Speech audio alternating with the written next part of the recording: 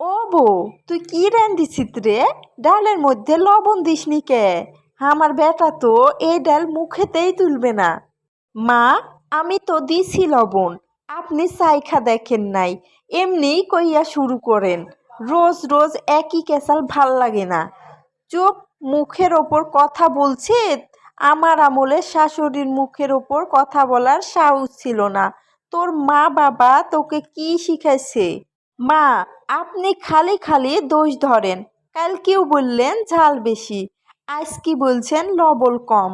আমি কার মতো রানমু বলেন? আপনার মতো রানলেও তো বলেন আমার মতো হয়নি। হবে কি কেরি? আমরা ধানের ক্ষেতে কাজ কইরা এসে রান্না বাড়া করতু। তোর মতো গ্যাসের চুলাইতে বসি ফোন টিপতাম না আর রান্না বাড়া করতুনি। মাছের ঝোলতে হলদি দিসনি কেনে? রং তো সাদা ধপধপে হয়েছে। হলদি দিছি মা, আপনার চোখে সাদা লাগছে। বয়স হয়েছে তো, চোখের জ্যোতি কমেছে। ডাক্তার দেখান একবার।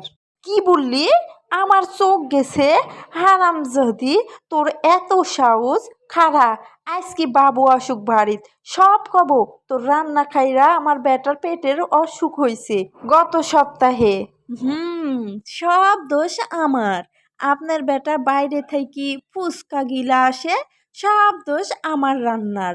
ঠিক আছে, কাল থাইকি আপনি রান্ধেন আর আমি বসি বসি খালি খাবো।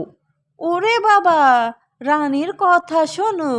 বাড়ি বইসা থাকবি আর আমি বুড়ো বয়সের রানবো? শখ কত! যা ভাত বাড়ে, বাবু আসার সময় হয়েছে। আজকে মুখেতে মায়েরই ভাত খাওয়াবো তোরে। হুম, আমার কপালই খারাপ। রাজশাহীর মেয়ে হয়ে রাজশাহীর শাশুড়ির পাল্লাত পড়েছি। আল্লাহ জানে কবে এই ক্যাসাল শেষ হবে। কিরে, মনে মনে কি বলছিস? এত সহজে পার পাবিনি। যা, তাড়াতাড়ি ভাত বাড়েক, আমার ছেলে চলে আসিছে। কি আর বলবো মা, বলছুনু আপনারা কত ভালো মানুষ। আগে যদি জানতু তাহলে আর এই বাড়িতে বউ হয়ে আসতুনি। লে হয়েছে, রাগ করিসনি। যা, খাবার বার, সবাই একসাথে বসে থেকে খাই। তো বন্ধুরা, আজকের গল্পটি তোমাদের কাছে কেমন লাগলো? আজকে চেষ্টা করেছি রাজশাহীর আঞ্চলিক ভাষায় কথা বলার। আমি জানি তেমনটা আঞ্চলিক ভাষায় কথা বলা হয়নি, কিন্তু তোমাদের কাছে কেমন লেগেছে অবশ্যই কমেন্ট করে জানাবে। আর নতুন নতুন গল্প পেতে আমার চ্যানেলটি সাবস্ক্রাইব করে পাশে থাকবে, এবং যারা ফেসবুক থেকে দেখছো অবশ্যই ফলো দিয়ে পাশে থাকবে। আল্লাহ হাফিজ।